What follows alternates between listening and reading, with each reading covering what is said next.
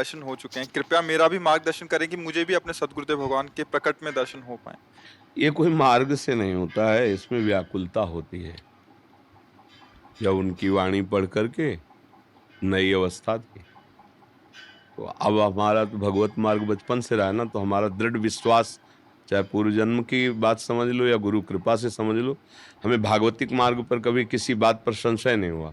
जो निश्चय हुआ तो मुझे बस यही लगा अवश्य मैं प्राप्त कर लूंगा। मतलब हमारे अंदर कभी ये नहीं कि मैं कैसे प्राप्त कर सकता हूँ, ऐसा कभी नहीं आया।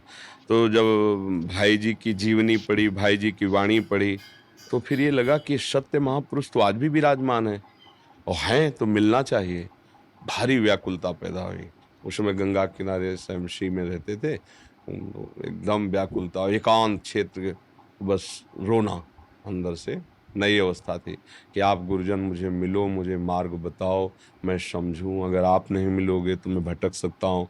खूब अंदर से बस, उसे आप सोना कहें या उसे तंद्रा कहें या जागृत अवस्था में ही जड़ता कहें।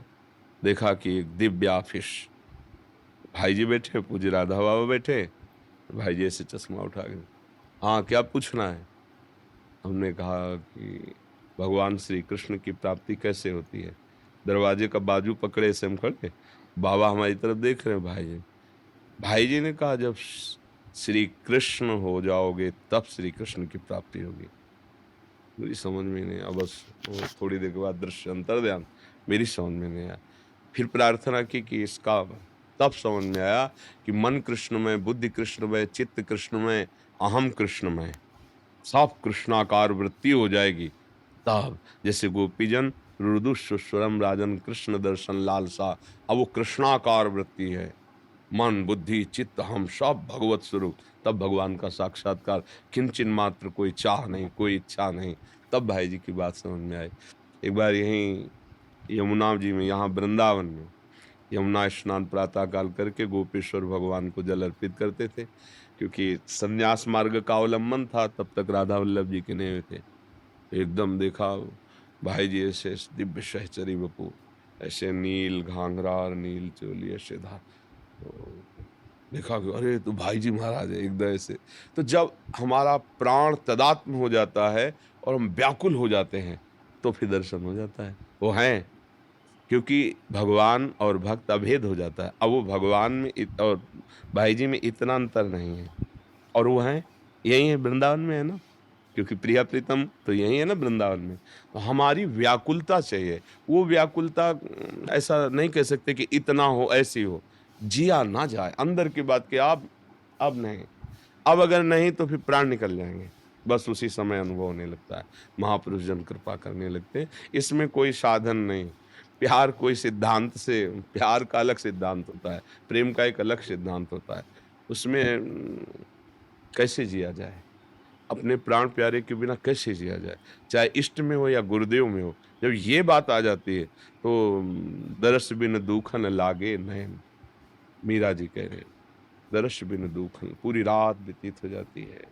हे गिरधर, पूरा दिन रास्ता देखते हो जाती है। कैसे कैसे, जबकि समाये हुए हैं रोम रोम में गिरधर। तो नाम जप कीजिए और उन्हीं से प्रार्थना कीजिए कि आप हमें दर्शन के पहले दर्शन की व्याकुलता दीजिए। ऐसी लालसा कि ब्रह्मादिक के भोग सब विषम लागत ताहि, नारायण ब्रजचंद की लगन लगी है जाए। मुझे आप चाहिए बस। तो वो एक जो पागलपन चढ़ता है ना प्रभु के लिए, वो उसका लिखा पढ़ी वाली बातें नहीं, वो अलग होता है। बिल्कुल, उन्हीं से प्रार्थना कीजिए, वही ऐसी गति मति देते हैं। फिर और वो कहीं दूर थोड़ी है, जहाँ आप हो वहीं वो है। आपके हृदय में सबसे नज़दीक वही है, जिसे हम गुरु माना है, जिसे इष्ट माना है। हमारे हृदय से भी वो हमारे समीप नज़दीक हैं, क्योंकि हृदय की रचना जो है ना, वो प्रकृति से है और वो परमात्मा स्वरूप है। हमारा अंश भी परमात्मा, वो प्रकृति के रचना से भी बहुत नज़दीक हमारे हैं। पर जब हमारे अंदर इतनी व्याकुलता हो जाए, जैसे एक शिष्य ने पूछा गुरुजी से कि भगवान के दर्शन कब होंगे? उनका व्याकुलता आ जाए तब। तो कैसे, कैसी व्याकुलता होती? बोले आओ चलते हैं यमुना स्नान करने।